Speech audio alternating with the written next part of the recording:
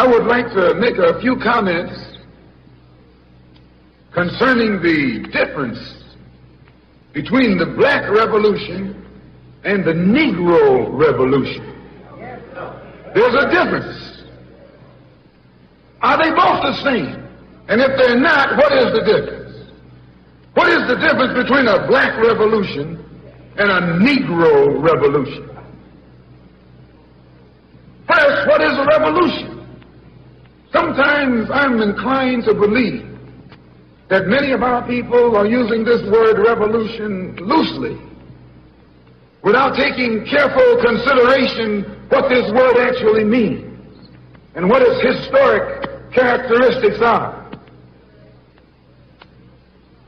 When you study the historic nature of revolutions, the motive of a revolution, the objective of a revolution, and the result of a revolution, and the methods used in a revolution, you may change words. You may devise another program. You may change your goal and you may change your mind. Look at the American Revolution in 1776. That revolution was for what? For land. How was it? Why did they want land? Independence. How was it carried out? Bloodshed. Number one, it was based on land. The basis of independence. And the only way they could get it was bloodshed. The French Revolution. What was it based on? The landless against the landlord. What was it for? Land. How did they get it? Bloodshed. Was no love lost. Was no compromise. Was no negotiation. I'm telling you, you don't know what a revolution is. Because when you find out what it is, you'll get back in the alley. You'll get out of the way.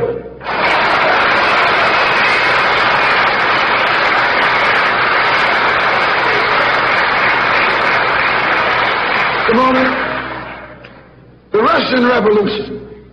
What was it based on? Land. The landless against the landlord. How did they bring it about? Bloodshed. You haven't got a revolution that doesn't involve bloodshed. And you're afraid to bleed. I said if you're afraid to bleed. Long as the white man sent you to Korea, you bled. He sent you to Germany, you bled. He sent you to the South Pacific to fight the Japanese, you bled. You bleed for white people. But when it comes time to seeing your own churches being bombed and little black girls murdered, you haven't got no blood.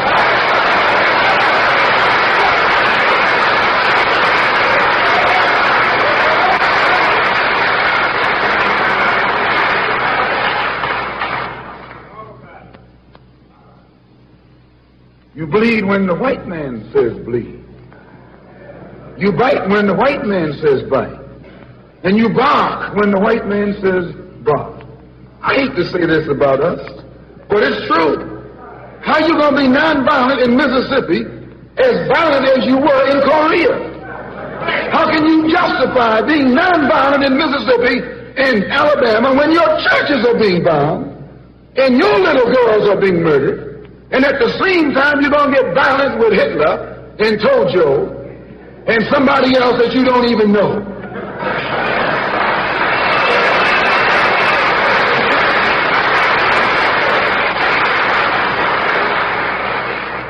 If violence is wrong in America, violence is wrong abroad. If it's wrong to be violent, defending black women and black children and black babies and black men, then it's wrong for America to draft us and make us violent abroad in defense of her.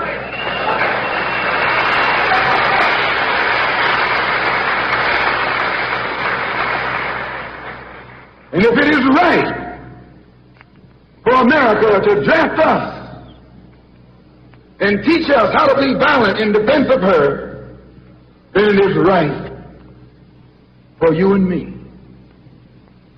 to do whatever is necessary to defend our own people right here in this country.